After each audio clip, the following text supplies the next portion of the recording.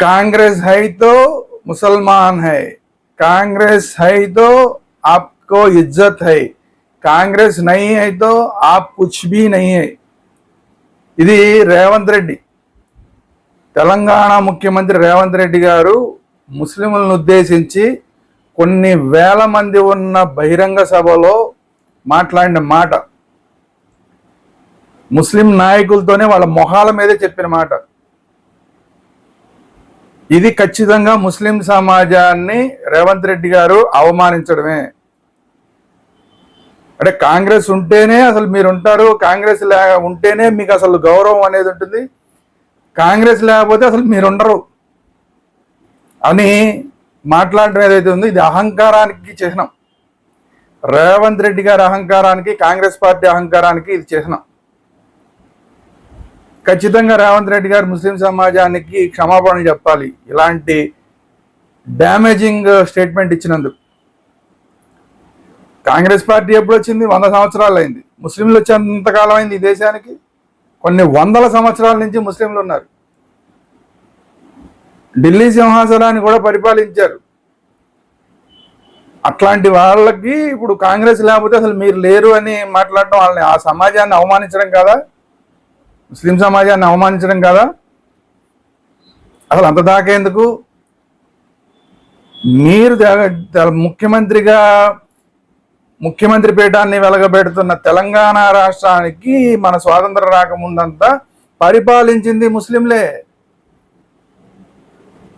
ఆ నవాబుల పాలనలోనే హైదరాబాద్ కానీ మిగతా ప్రాంతాలన్నీ కానీ ఉన్నాయి. అప్పుడు హైదరాబాద్ సంస్థానం కిందే ఉన్నాయి.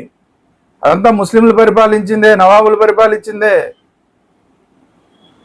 ఆ తర్వాత కాంగ్రెస్ పార్టీ వచ్చింది, ఆ తర్వాత స్వాతంత్రం వచ్చింది. అసలు ఏదో నిన్న కాకమొన్న పుట్టినాళ్ళు అసలు ఇంత గాలివాన ఎరగనని అన్నట్లాగా అసలు మేము లేకపోతే అసలు ముస్లిం సమాజమే లేదని మాట్లాడటం. అసలు ఆ కాంగ్రెస్ పార్టీ, కాంగ్రెస్ ముఖ్యమంత్రి ఎంత అహంకారం కాంగ్రెస్ పార్టీకి కానీ కాంగ్రెస్ ముఖ్యమంత్రికి కానీ.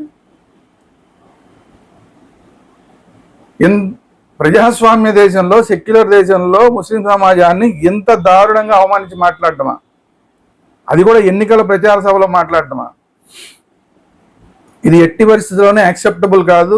ఖచ్చితంగా ముస్లిం సమాజానికి రేవంత్ రెడ్డి గారు క్షమాపణ చెప్పాలి. లేకపోతే కనుక ముస్లిం సమాజం ఆలోచించుకోవాలి, ఏంటి మా పరిస్థితి ఇంతేనా? కాంగ్రెస్ ఉంటేనే మా బతుక, కాంగ్రెస్ లేకపోతే మేము లేమా? కాంగ్రెస్ లేకపోతే మాకు అసలు గౌరవం లేదా? ఏం మాట్లాడుతున్నాడు ఈయన అన్న దాన్ని ఇప్పుడు ముస్లిం సమాజం తేల్చుకోవాలి. రేవంత్ రెడ్డి గారితో తేల్చుకోవాలి, కాంగ్రెస్ పార్టీతో తేల్చుకోవాలి ఇప్పుడు.